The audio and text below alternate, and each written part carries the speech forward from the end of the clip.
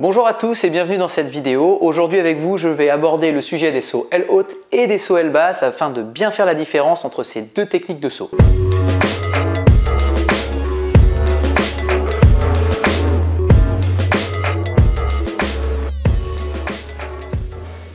Lorsque l'on fait du kitesurf et plus particulièrement du twin tip, il y a de multiples façons pour sauter.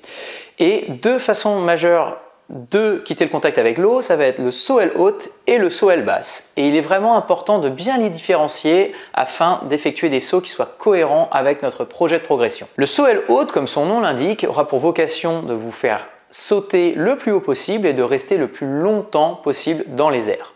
Bien entendu, ce temps passé dans les airs et la hauteur que vous allez prendre vont être dépendants de multiples facteurs, comme par exemple la force du vent, le shape et la taille de votre aile, mais également votre vitesse de déplacement.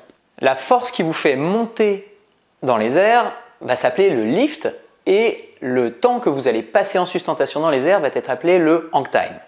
Vous entendrez donc des discussions techniques parlant de lift et de hang time servant à définir les caractéristiques d'une aile. Sur le graphique que je vous présente ici, vous pouvez voir du coup les différences techniques entre différentes ailes de la gamme Elevate 2021. Vous verrez qu'une OS aura un faible lift et un faible hang time puisque sa vocation est plutôt pour le vent léger et le foil.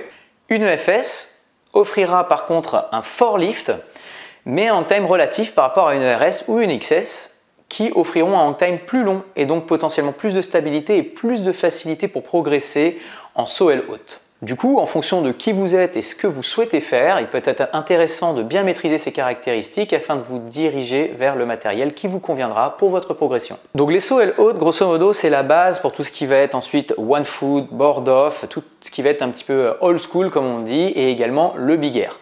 Bien entendu, pour faire des kite loops puis des méga loops, il va être également intéressant de bien maîtriser les sauts aile haute. Maintenant, les sauts aile basse. Encore une fois, le nom est très parlant puisque dans le saut aile basse, au lieu d'avoir un mouvement ascensionnel de l'aile, on va plutôt demander à l'aile de rester à environ 45 degrés face à nous. Dans le jargon, on entendra aussi souvent parler vulgairement de pop. La technique utilisée est différente des sauts aile haute et a pour objectif de créer une propulsion plutôt latérale et le kite n'a pas vocation à vous sustenter pendant la manœuvre. Tout comme pour le saut aile haute, les sauts aile basse sont essentiels pour votre progression. Ils vous apprendront à passer des petits obstacles comme des petites vaguelettes, mais aussi à faire des petites transitions avec des pop to toe side par exemple et à adopter un style beaucoup plus fluide et beaucoup plus félin. Ça va créer une réelle aisance de maîtriser la technique du saut aile basse. Volontairement, je ne reviens pas ici en détail sur la technique, mais sachez qu'elle est déjà exposée dans plusieurs vidéos tutoriels que vous retrouverez sur le site web et je vais mettre également les liens ici dans les descriptifs vidéo en dessous, donc vous n'aurez qu'à cliquer pour aller retrouver les vidéos en question. J'espère que cette vidéo saura vous apporter du coup les informations pour bien faire la différence entre un saut aile haute et un saut aile basse. Les deux sont essentiels. Ah mais putain. À bientôt pour un prochain tutoriel vidéo. Ciao!